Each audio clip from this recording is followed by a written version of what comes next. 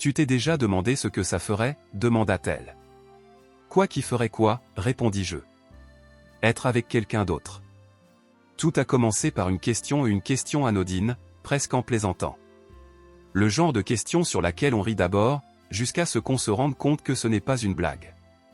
En y repensant, je crois que ce moment fut la première fissure. Petite. Discrète. Invisible pour tout le monde sauf moi. Maintenant, plusieurs mois plus tard, je suis assis dans l'appartement d'une inconnue en me demandant comment tout ce qui semblait si solide a pu s'effondrer si vite et pourquoi la personne qui l'a détruit implore soudain que je remette tout en ordre comme avant. Je ne sais pas quoi faire. Je ne sais même plus si ça compte encore. Mais laissons-moi commencer par le début, pour que vous compreniez bien de quoi je parle. Nous étions mariés depuis 8 ans, ensemble depuis 10. Nous nous étions rencontrés en première année à l'université de Lyon au cours d'intro à la psycho. J'étais à moitié endormi, et elle s'assit à côté de moi avec un stylo rose vif et un dossier rempli de notes codées par couleur. Le prof lança une blague sèche, et je me souviens de son rire, il était fort, sans filtre, et les gens se retournèrent vraiment pour regarder. Pas agacés, plutôt attirés. Je me souviens avoir pensé, qui est cette fille, bon sang ? C'était Élise. Toujours magnétique, toujours le centre de gravité dans n'importe quelle pièce où elle entrait. Cheveux blonds qui viraient presque blancs en été, peau olive qui bronzait comme du velours, pas un défaut sur elle. Elle s'entraînait comme une machine, faisait du yoga chaud avant le boulot, et trouvait encore l'énergie de préparer le déjeuner pour nous deux à l'époque où nous étions fauchés comme les blés et vivions en dehors du campus dans un studio minable au mur en papier et une clim qui toussait comme un camion à l'agonie. Nous étions les premiers tout l'un pour l'autre, premier rendez-vous, premier appart, première fois qu'on tombait vraiment amoureux. Elle était tout pour moi. Je n'avais même jamais regardé personne d'autre. Je n'en avais pas besoin. Pendant longtemps, j'ai cru que ça nous rendait spéciaux. Intouchables. Comme si nous avions bâti ce petit monde où personne d'autre ne pouvait entrer. Après l'université, j'ai décroché un boulot stable en logistique pour une société de fourniture médicale. Pas glamour, mais ça payait les factures. Élise a un peu navigué serveuse, intérim dans des bureaux, petit boulot de design à domicile. Elle disait toujours vouloir quelque chose de plus créatif, mais ne trouvait jamais sa voie.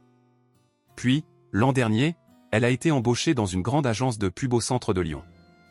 Un endroit chic avec des ascenseurs en chrome et de la tisane bio à volonté. Elle était excitée, nouveau job, nouveau salaire, carte de visite avec son nom en police noire élégante. Au début, j'étais content pour elle. Fier, même. Elle avait enfin la chance qu'elle espérait. Mais les choses ont commencé à changer, vite. C'était des petites bricoles d'abord. Elle rentrait plus tard. Disait qu'elle restait pour finir des présentations ou prendre un verre avec l'équipe. Ses fringues ont changé, plus de créateurs, plus de peau. Elle a arrêté de me demander ce que j'en pensais. Pas méchamment, juste comme, mon avis ne comptait plus. Une nuit, je lui ai demandé comment se passait le boulot, et elle a levé les yeux au ciel en disant « C'est juste du boulot, Lucas. Tu ne pourrais pas comprendre. » Ça m'a piqué plus que prévu. Elle me racontait tout avant. Même les ragots idiots du bureau sur le sandwich au thon qui puait le frigo. Maintenant, je n'avais que des restes demi-sourires, haussement d'épaules vagues. Puis il y a eu les nouvelles amies. Un groupe de femmes qu'elle avait rencontrées au travail, glamour, langues acérées, toujours habillées comme pour un apéro sur un toit à Paris. Elles ont commencé à l'entraîner presque tous les week-ends. Brunch qui virait au dîner, dîner qui virait à la tournée des bars, parfois des week-ends entre filles, dans des villes voisines. Elle rentrait toujours en sentant le parfum fruité et l'eau de Cologne d'une autre, parlant à 100 à l'heure de networking et de l'importance de cultiver des amitiés pro. Ça en est arrivé au point où je cuisinais pour un plus souvent que pour deux. Je demandais quand elle serait à la maison, et elle répondait « pas tard », puis débarquait à minuit avec des lèvres brillantes et ce ton tranchant comme si j'étais un mari barbant qui ne comprenait rien. J'ai essayé de lui en parler. Doucement, au début. « Et, tu sors beaucoup ces temps-ci. Tout va bien ?» Elle me balayait d'un geste, disait que j'y voyais malice. « Tu sais comme la vie d'agence est speed, disait-elle. Tout n'est pas centré sur toi, Lucas. » Peut-être pas. Mais ce qui nous arrivait me concernait définitivement. On passait les dimanches à faire des crêpes et à lire sur le canapé. Maintenant, elle dormait jusqu'à midi, se retournait, scrollait son téléphone et disait « je file au brunch avec les filles. À plus tard. Pas de baiser. Pas d'invitation. Juste une ombre qui sortait en talons que je ne lui connaissais même pas. Une nuit, j'ai entendu son rire lors d'un appel vidéo dans l'autre pièce. Il était presque minuit, et la voix à l'autre bout n'était pas féminine. Quand je lui ai demandé qui c'était, elle a cligné des yeux comme si je l'avais prise la main dans le sac et a dit, juste un collègue, on brainstorm. Brainstormer à 23h45 ? Vraiment ? Pourtant, je n'ai pas insisté. Je ne voulais pas être ce mec. Contrôlant. Jaloux. Je me suis convaincu qu'elle était juste excitée par cette nouvelle phase de sa vie.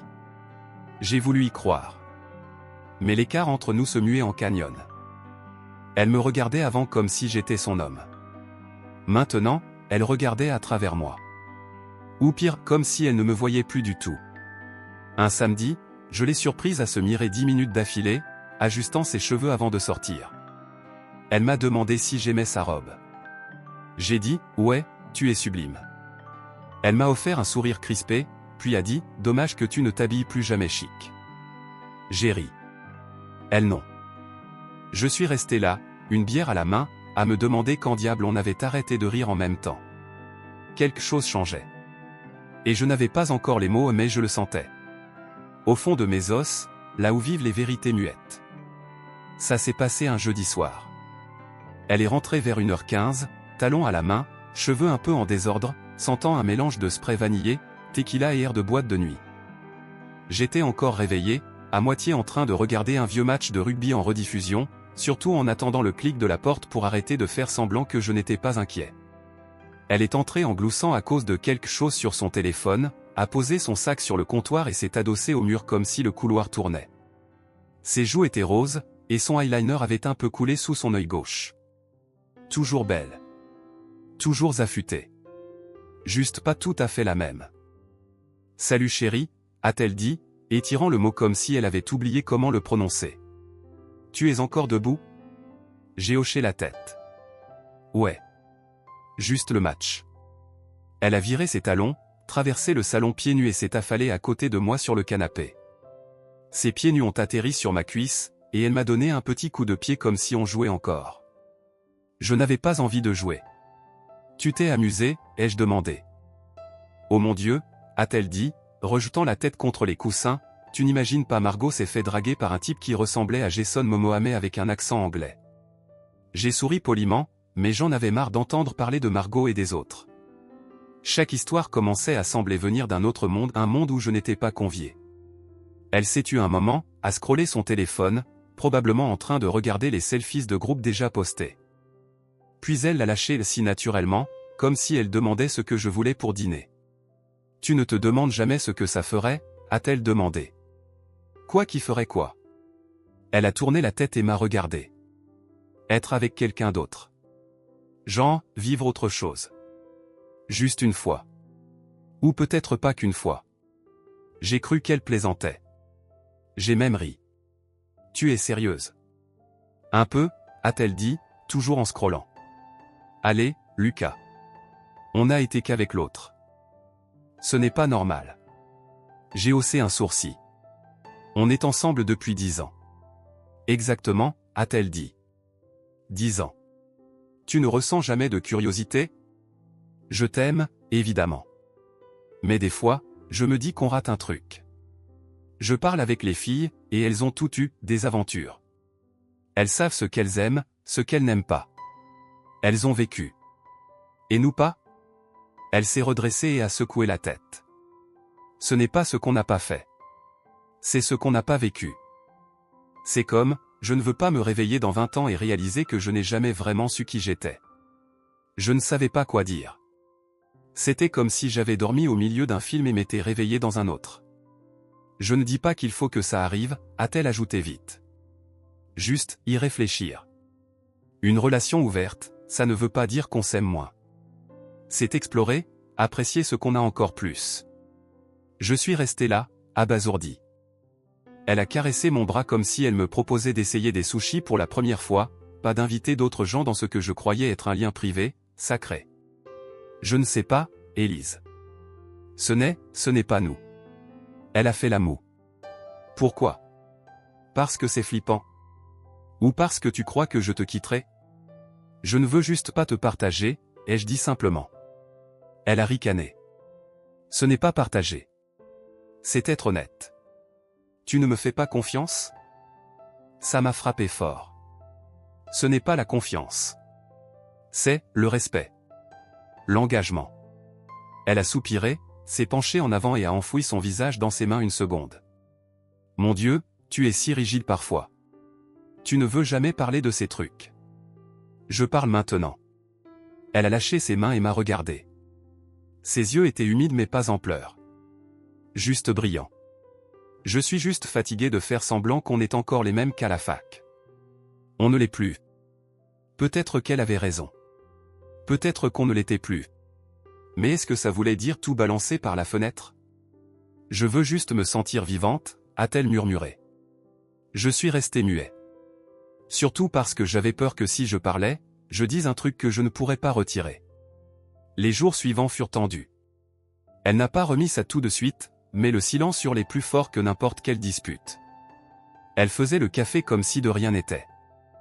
Allait à la salle. Riait au téléphone. Mais je voyais qu'elle attendait que je dise quelque chose. Finalement, elle a remis le couvert. Plus préparée cette fois. Elle est venue avec des articles, des exemples de couples modernes, des podcasts, des citations de thérapeutes. Elle en a même fait une noble cause comme si on était des pionniers, pas juste deux personnes qui dérivent et font semblant qu'un nouveau règlement va tout réparer. J'ai résisté. Fort.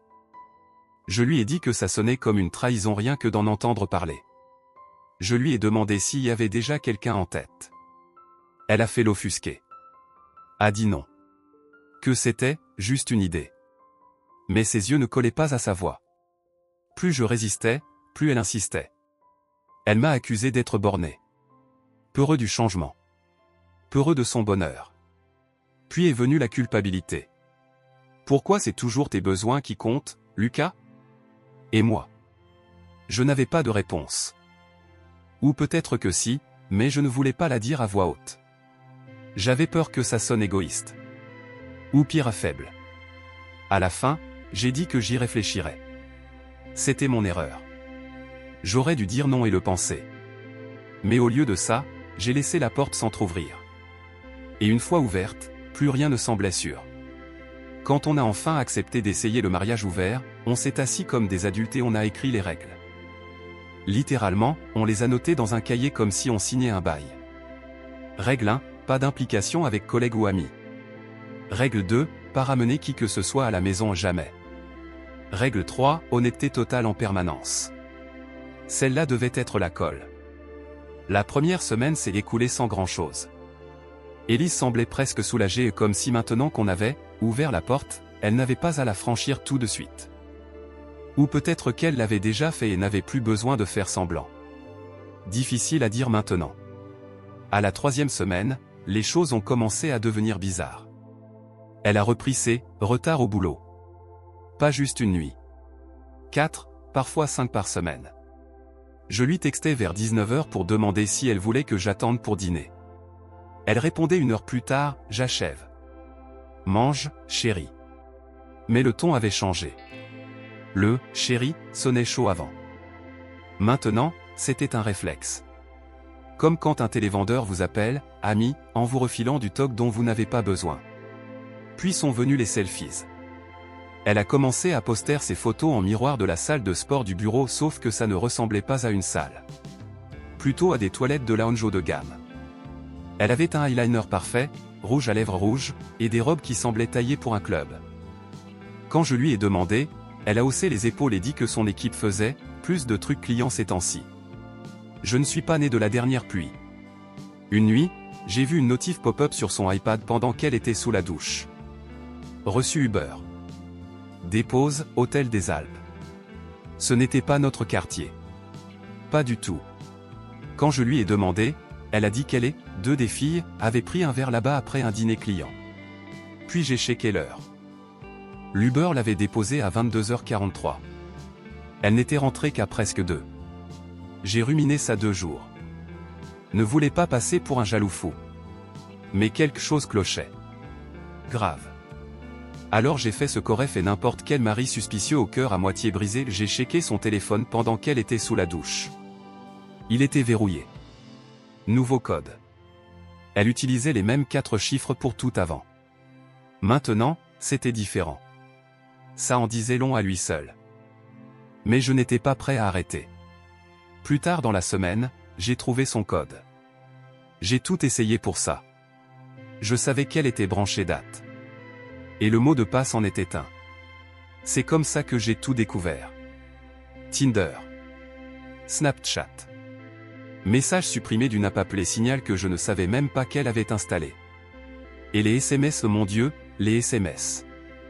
Son nom était Nicolas. Son manager. Celui qu'elle jurait être, juste un mec cool avec un super leadership. Le type à barbe, à Tesla, aux photos de vacances dans des endroits imprononçables. Le mec qu'elle citait tout le temps. Je te jure, Nicolas dit la même chose. Nicolas nous dit toujours de voir grand. La femme de Nicolas le laisse vivre sa vie, elle lui fait confiance. Au début, j'ai cru que j'imaginais. Que je faisais des liens qui n'existaient pas. Mais j'ai vu le contact sauver, Nicolas. Ce combo lion et feu m'a donné envie de cogner un mur. Certains SMS avaient déjà été effacés. Mais il en restait assez pour me dire exactement ce que je ne voulais pas savoir. Des plans. Des compliments. Des surnoms. Des blagues intimes. Un message disait juste « Hier soir, waouh » avec un clin d'œil. Envoyé à 2h11. La même nuit où elle était rentrée en disant avoir une migraine carabinée. Je ne l'ai pas confrontée tout de suite. J'aurais dû. Au lieu de ça, j'ai essayé de faire normal, comme si je me trompais. Comme si c'était une méprise bizarre et qu'il me fallait plus de contexte. Alors je lui ai demandé calme, neutre comment ça allait avec Nicolas et le reste de l'équipe. Elle s'est raidie. A dit, qu'est-ce que tu veux dire? J'ai haussé les épaules. Je me demandais. Tu le mentionnes souvent. Elle m'a offert ce petit rire faux et à balayer. C'est notre lead, Lucas. Il est dans toutes les réunions. Évidemment que j'en parle. J'ai attendu une seconde, puis demandé, tu lui parles en dehors du boulot? Elle a cligné des yeux. Tu es parano. C'était sa réponse. Pas, non. Pas même, pourquoi je ferais ça? Juste, tu es parano. J'ai voulu la croire. Vraiment. Mais c'était déjà trop tard. Dès lors, tout sonnait faux. Son sourire, ses banalités, la façon dont elle prenait ma main en public. Tout semblait une performance d'elle-même, la version qu'elle pensait que je voulais. Mais je voyais l'écart dans ses yeux. Celui qui passait à travers moi, comme si j'étais une habitude dépassée qu'elle n'arrivait pas à lâcher. Le plus dur n'était pas la trahison. C'était la sensation de disparaître et qu'elle ne s'en rende même pas compte. Comme si elle m'avait déjà rayé de son histoire. Ce fut le mois où j'ai arrêté d'attendre avec impatience de rentrer à la maison. Et le mois où j'ai réalisé que les règles qu'on avait faites n'étaient que des mots dans un cahier. Elle les avait déjà jetées à la poubelle. Il m'a fallu longtemps pour vraiment me lancer dans le mariage ouvert. Beaucoup plus longtemps qu'Élise, ça c'est sûr.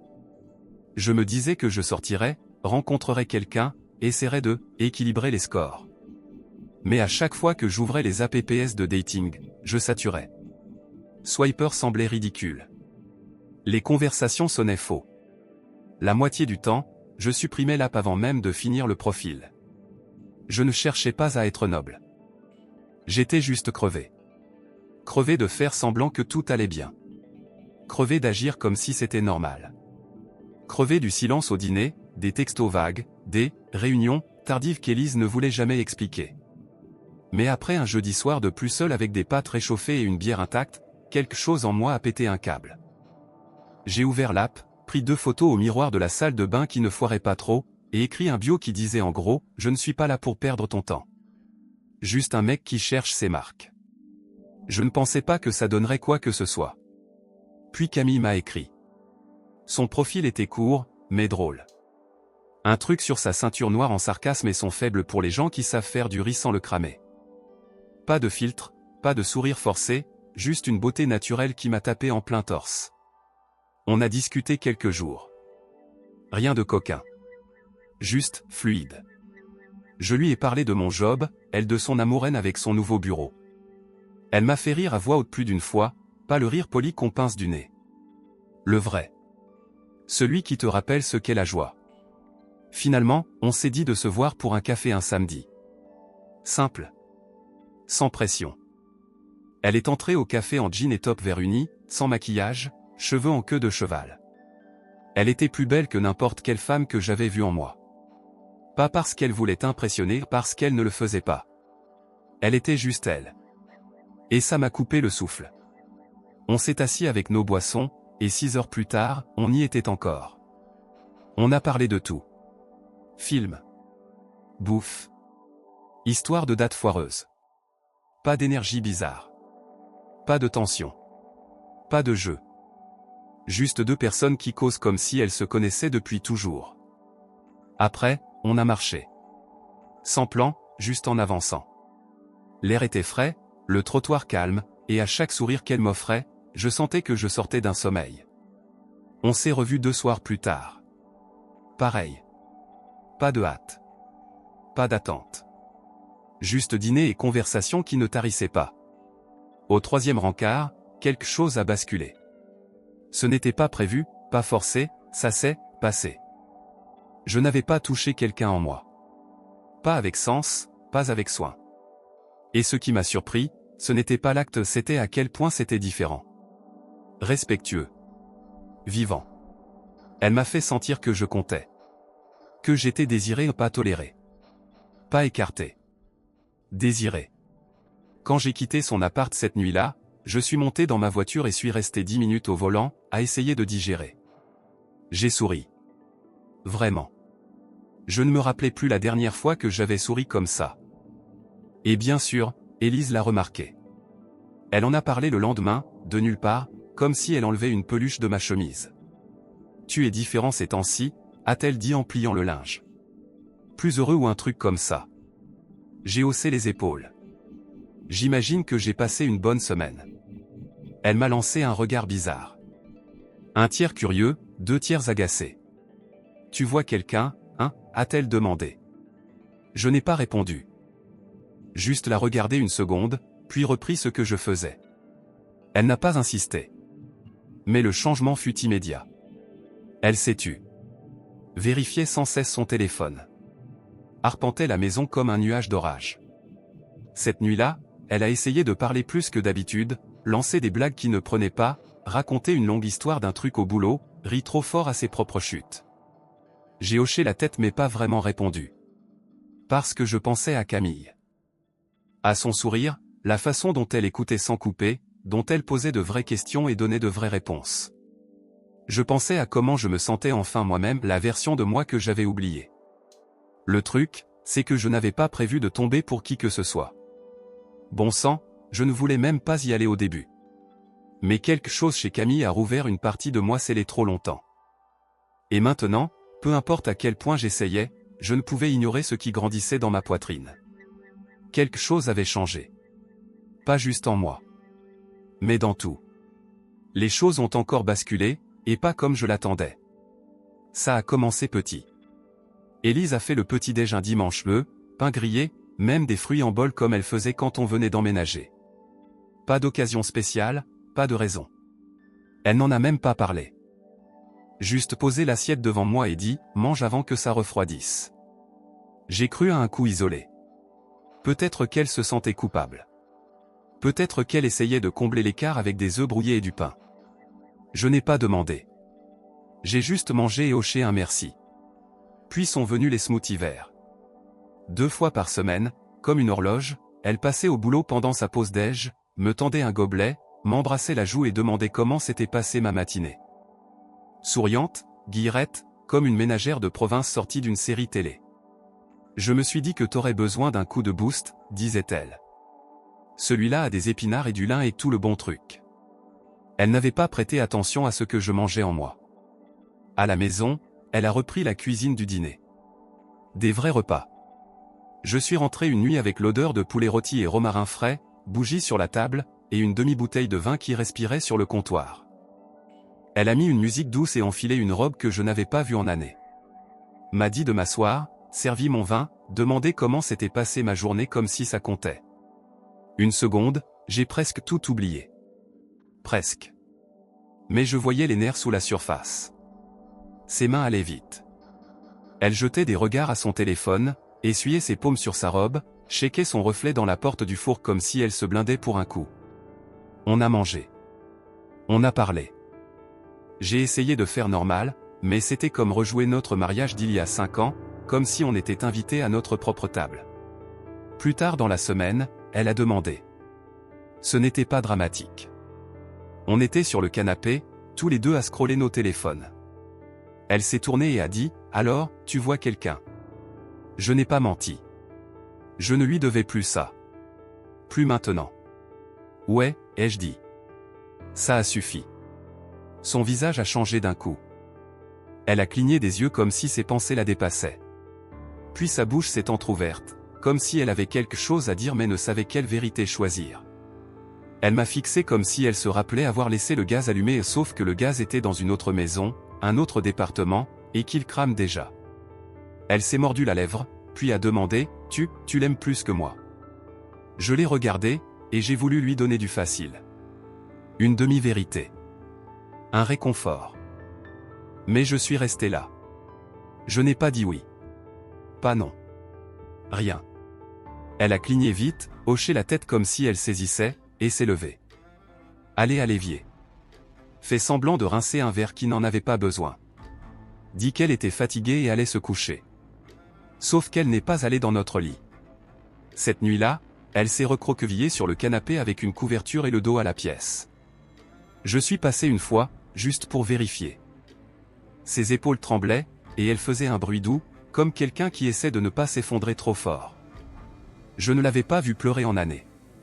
Pas quand on a perdu sa grand-mère. Pas quand notre chien est parti.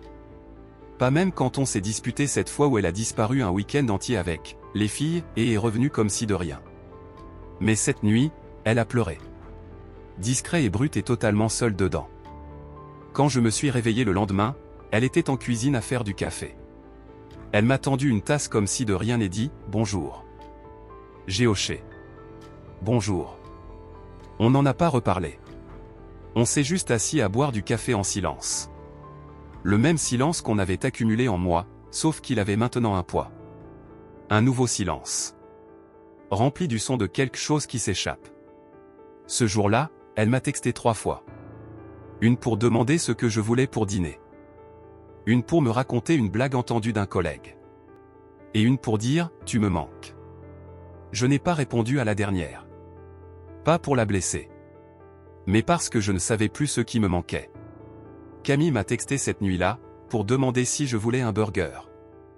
Je lui ai dit oui, et pour la première fois depuis ce qui semblait une éternité, j'attendais quelque chose avec impatience. Élise s'était réveillée. Mais je n'étais pas sûr qu'elle sache à quel point elle avait laissé les choses tomber avant. On a commencé la thérapie à la demande d'Élise. Elle disait qu'on se devait de se reconnecter et de voir s'il restait quelque chose à sauver. Je n'espérais pas grand-chose, mais j'ai accepté. Surtout parce que je ne voulais pas de regrets plus tard si ça partait en vrille pour de bon, je voulais savoir que j'avais au moins essayé. Notre thérapeute s'appelait Isabelle Quarantaine, voix calme, ton direct. Elle ne nous maternait pas, ce que j'appréciais. Première séance, elle a demandé à Élise ce qui nous amenait. Je pensais qu'Élise édulcorerait, mais elle s'est juste assise là, doigt noué sur les genoux, et a dit « J'ai merdé ». C'était nouveau. Isabelle a hoché la tête et demandé ce qu'elle voulait dire. Élise a pris une grande inspiration, m'a regardé une seconde, puis l'a lâché, Nicolas. C'était le type. Pas de faux nom. Pas d'étiquette vague comme, quelqu'un du boulot. Elle l'a juste dit. Mon estomac s'est noué, même si je savais déjà. Elle a continué en disant que rien, de vraiment, n'était arrivé avant qu'on accepte le mariage ouvert. Que ça avait commencé par des verres après le boulot, de longues discussions sur la vie, beaucoup de connexions émotionnelles. Elle l'a présenté comme une chute accidentelle, comme glisser sur du verglas. Sa voix s'est faite plus petite quand elle a dit « ça n'est pas passé physique que plus tard ». Je n'ai rien dit. Juste fixé le grain du bois de la table basse d'Isabelle. Isabelle lui a demandé quand était ce « plus tard ». C'est là qu'Élise a glissé. Elle a hésité, cligné plusieurs fois, et dit « Ben, je veux dire, on était déjà un peu proche avant ça ». Isabelle s'est penchée. Proche comment? Élise a baissé les yeux. On flirtait beaucoup. Genre, beaucoup. Et des fois on se touchait. Isabelle a incliné la tête. Se touchait? Au bureau, a marmonné Élise. Juste des trucs joueurs. Rien de sérieux. Juste des touchés. J'ai levé les yeux. Pendant que les autres étaient là. Elle a hoché, à peine. Je n'ai pas pu m'en empêcher. J'ai ri une fois, sec et bref. Donc le mariage ouvert, c'était juste ton excuse pour officialiser. Elle n'a pas nié. Juste essuyé le coin de son œil et murmuré, pardon. Isabelle a recentré. A essayé de demander ce qu'elle en tirait de la connexion avec Nicolas. Élise a sorti le blabla habituel sur se sentir, vu, et, désiré, et comment Nicolas la faisait se sentir, excitée par la vie à nouveau. On aurait dit qu'elle citait un article de magazine. Mais son ton a changé. Elle s'est tue. A dit qu'il y avait une chose qui lui collait. Elle sortait d'une réunion une nuit, quand les choses étaient encore fun, avec Nicolas, et était passée devant son bureau. Sa porte était entr'ouverte, et il ne savait pas qu'elle était là. Il parlait à un autre mec du service, un nouveau. Élise n'avait pas voulu écouter aux portes, a-t-elle dit, mais elle a entendu son nom. Et une fois entendu, elle s'est figée. Nicolas riait. Il a dit au type, tu n'imagines pas à quel point c'était facile. Franchement, les discrètes? Toujours les premières à craquer. L'autre a demandé s'il l'aimait vraiment, et Nicolas a dit, pas vraiment. C'est fun. Elle est fun. Mais je ne quitte pas ma fiancée pour une phase. Puis il a dit un truc qui m'est resté en tête. Élise a dit que ça lui avait presque coupé le souffle. C'est juste une bonne histoire, tu vois? Un truc à raconter aux potes quand on boit. Après, le type a demandé s'il se sentait mal, et Nicolas a apparemment dit, son mari s'en remettra, ou pas. Dans tous les cas, j'ai eu ce que je voulais. Elle a dit qu'elle était sortie du bâtiment comme dans un brouillard. A rejoint le parking et vomi derrière sa voiture. Puis s'est assise là 30 minutes à fixer le volant, à essayer de piger comment elle avait laissé filer si loin. Le lendemain, elle a claqué son job. Envoyé un mail au RH pour dire qu'elle avait besoin de temps perso, emballer ses affaires et filer sans dire au revoir à qui que ce soit. Pas de préavis. Pas de bilan. Juste disparu. Elle nous a dit qu'elle avait pleuré tout le trajet du retour. Isabelle lui a demandé comment ça lui faisait maintenant, tout ça à voix haute. Élise n'a pas répondu tout de suite. Puis elle a dit, comme si j'avais mis le feu à ma propre maison. Et que je me tenais dans les cendres en demandant pourquoi c'est froid. Le truc, c'est que je n'ai pas senti de colère. Pas là. J'en avais eu assez déjà. Ce que j'ai senti en face d'elle ce moment-là était pire. De la pitié. Parce qu'elle croyait chasser la liberté, et tout ce qu'elle a trouvé, c'est un beau parleur qui se prenait pour le héros dans la tragédie de quelqu'un d'autre.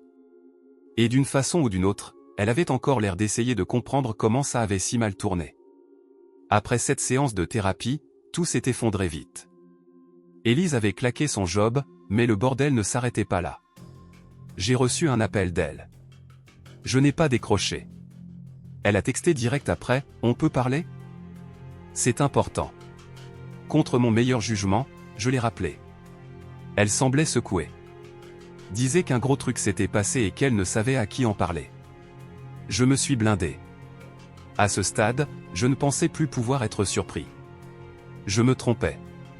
Une de ses copines proches, Chloé, une des originales, voyait Nicolas aussi. Apparemment, il ne se contentait pas de niquer une relation. Il avait visé tout son cercle social. Chloé était enceinte. Pensait pouvoir gérer. Pensait pouvoir taire et régler. Puis son mec l'a su. Il a lu des mais entre elle et Nicolas. Vu les dates. Le ton. Vu à quel point c'était profond. Chloé lui avait dit que c'était fini depuis des mois. Mais visiblement non. Pas vraiment. Le mec a pété un câble. Empaqueté ses affaires et filé. Pas même au revoir. Juste parti et jamais revenu. Cette même nuit, Chloé a fait une crise de panique si violente qu'elle a fini aux urgences. Le stress l'a percutée comme un camion. Le lendemain matin, elle a perdu le bébé. Élise était effondrée. Disait qu'elle avait pleuré des heures. qu'elle n'avait pas ressenti autant de culpabilité depuis le jour où elle avait quitté le bureau de Nicolas après l'avoir entendu la démolir à un collègue. Je n'ai pas dit grand-chose. Juste écouté.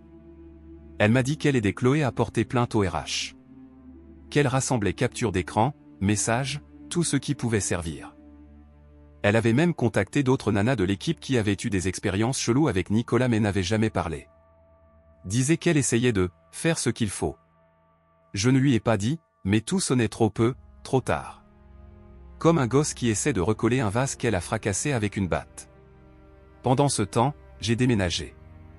Mon frère m'a laissé son appart d'invité au-dessus du garage. C'est petit, mais propre. Calme. Juste un canapé, un lit, et une table pliante que j'utilise en bureau. Le genre d'endroit qui donne de l'espace pour penser. Camille est passée 2-3 fois. On n'a pas beaucoup parlé d'Élise. Elle me laissait respirer. A cuisiner un soir et laisser un post-it sur le frigo, quoi que tu décides, prends ton temps. J'ai gardé ce post-it. Le garde encore dans mon portefeuille. Élise a recommencé à débarquer. Pas tout le temps. Juste assez pour que ça sente qu'elle n'avait pas lâché. Une fois, elle a apporté un sac de mes vieilles affaires et est restée plus que nécessaire. S'est installée. A demandé comment j'allais. A commenté les rideaux comme si elle faisait encore partie de ce nouveau monde que je m'étais bâti. Une autre fois, elle est venue tard. Disait qu'elle avait pleuré. Que je lui manquais. Qu'elle n'arrêtait pas de penser à la vie qu'on avait avant que tout change. J'ai hoché. Lui ai dit que moi aussi, je regrettais qui on était avant. Puis elle s'est approchée. A tendu la main. A posé la paume sur ma poitrine. Dit, je peux juste rester ce soir ? Je me suis reculé. Secoué la tête. Elle m'a fixé comme si je l'avais giflé. Pourquoi pas ? Parce que ce n'est pas une bonne idée, ai-je dit. Sa mâchoire s'est crispée. Sa voix a tranché. À cause d'elle ? Elle est si meilleure que moi. Je n'ai rien dit. Elle a avancé encore. Qu'est-ce qu'elle a que je n'ai pas, Lucas ? Je l'ai regardé droit dans les yeux. Du respect propre. Elle s'est figée. A cligné. Puis dit, waouh, comme si j'avais franchi une ligne invisible. Elle a tempêté dehors. Pas d'au revoir. A claqué la porte si fort que le cadre photo a tremblé au mur. Plus tard cette nuit, elle m'a texté une rafale de phrases à moitié finies. Excuse. Justification. Un truc sur être perdu. Sur vouloir revenir en arrière. Je n'ai pas répondu. Le lendemain matin, j'ai eu un message de Chloé. Elle voulait parler. Disait pardon pour sa part dans tout ça. Je n'étais pas sur ce qu'elle voulait dire au début, mais j'ai accepté un café. Elle avait l'air crevée. Creusée. Pas de maquillage, pas d'éclat, juste une femme qui porte plus lourd qu'elle ne peut. Je croyais qu'on s'amusait tous, a-t-elle dit. Mais on n'était pas fait pour ça. Pas vraiment. Je n'ai pas contredit. Elle m'a dit qu'Élise l'aidait avec les RH, que Nicolas était au bord du licenciement. Qu'elle envisageait même des poursuites. Disait qu'Élise essayait d'être meilleure. J'ai hoché. Bien. Mais je n'ai rien senti. Pas de soulagement. Pas de fierté. Pas d'espoir. Juste rien. Parce que peu importe les éclats qu'elles essayaient de recoller, je savais une chose pour sûre. Certains jouets ne se réparent pas. Ils finissent à la poubelle. J'ai arrêté la thérapie de couple il y a quelques semaines. Isabelle était bonne. Équitable. Mais ça s'est vu vite qu'on n'y venions pas pour la même raison. Élise arrivait avec de l'espoir dans les yeux, agrippant la coudoir comme pour ancrer son avenir. Moi ? J'essayais juste de piger les ruines. De comprendre comment un truc si solide s'était mué en poussière. Isabelle n'a pas forcé. Elle a hoché quand j'ai dit vouloir passer en solo. Dit que c'était le bon move si j'avais besoin d'espace. Elle avait raison. Maintenant, je m'assieds en face d'elle une fois par semaine et je déballe des trucs que je n'aurais jamais cru devoir. Culpabilité, colère, chagrin. Mais surtout, engourdissement. Ce n'est pas que je m'accroche au passé. C'est que le passé est encore assis côté passager, muet, mais toujours là. J'ai aussi vu un avocat en divorce. Pas enclencher quoi que ce soit. Pas de papier. Pas encore. Mais je devais savoir mes options. Arrêter de sentir que je réagis juste aux événements. Je ne veux plus me faire surprendre. On ne se fait pas avoir deux fois, hein? L'avocate était calme, polie, sans sucre. Elle a posé les faits, dit ce à quoi me préparer si je décidais d'avancer. Ce n'était pas émotionnel. Élise, pendant ce temps, s'est muée en version clean slate d'elle-même. Elle a coupé tous les ponts avec ses amis du groupe. Supprimé le chat de groupe, bloqué les numéros, même viré ses comptes réseaux sociaux. Disait que c'était trop de bruit. Trop d'influence toxique. Disait qu'elle voulait se reconnecter à la vraie vie. Elle me dit qu'elle refait du yoga. Du bénévolat. De la thérapie solo. Elle envoie des updates, pas souvent, mais assez pour montrer qu'elle essaie. Dit qu'elle devient la femme que j'aurais dû être dès le début. Et tu sais quoi? Tant mieux pour elle. Je ne suis pas amer. Plus maintenant. Je ne la hais pas. En fait, j'espère qu'elle trouve la paix. Qu'elle se trouve. Mais je ne ressens plus rien quand j'entends sa voix. Pas l'étincelle d'avant quand elle franchissait la porte avec un sac de traiteur et une histoire conne. C'est comme si un interrupteur s'était éteint en moi. Pas violemment. Pas en bang. Juste, fané, comme le volume d'une chanson dont je ne réalisais pas que j'étais lasse. Et c'est ça qui me fait le plus peur. Pas la trahison. Pas le merdier. Mais le calme. Camille est toujours là. On passe plus de temps ensemble. Elle ne force jamais. Elle écoute. Ne cherche pas à me réparer ou à dire que je devrais être passé à autre chose, maintenant. Elle se contente de venir. Parfois avec de la bouffe. Parfois avec rien que du temps. On fait de longues balades. On s'assied dans des parcs. Des fois on ne parle pas du tout, et c'est mieux que la moitié des conversations de mon mariage ces 2 dernières années. Elle sait que je digère encore tout. Je lui ai dit dès le début que je n'étais pas prêt pour du gros. Elle a souri et dit, guérir se fait à son rythme. Je tombe peut-être pour elle. Je ne sais pas encore. J'ai peur d'étiqueter maintenant. N'importe quelle étiquette que je pose risque de craquer si je pousse trop. Mais avec elle, je ne me sens pas comme un mec qui remporte d'un tas de ferraille. Je me sens juste comme un mec. C'est déjà ça. Des fois, tard la nuit, je pense à ce qui aurait pu changer si Élise n'avait jamais pris ce job. Si elle n'avait jamais rencontré Nicolas. Si elle n'était pas tombée avec la mauvaise bande, ou n'avait jamais senti qu'il lui manquait un truc. Mais ces pensées ne durent pas. Parce que si ce n'était pas Nicolas, ça aurait été un autre. Peut-être que ce qui s'est passé a juste révélé ce qui était déjà cassé et des fissures discrètes qu'on a tous les deux ignorées. Je ne sais pas ce qui va suivre. Je me réveille encore certains matins sans savoir où je vais. Mais je me lève, fais du café, et continue ma journée. Et c'est déjà ça. Je n'ai pas besoin des feux d'artifice. Pas du drame. Pas d'une grande clôture épique. J'ai juste besoin de paix. Et peut-être enfin je commence à la trouver. Partagez votre avis dans les commentaires, êtes-vous déjà resté dans une relation longtemps après que l'amour ait disparu? Qu'est-ce qui vous a poussé à rester? Si vous avez aimé cette histoire, abonnez-vous à la chaîne et laissez-nous un « j'aime ».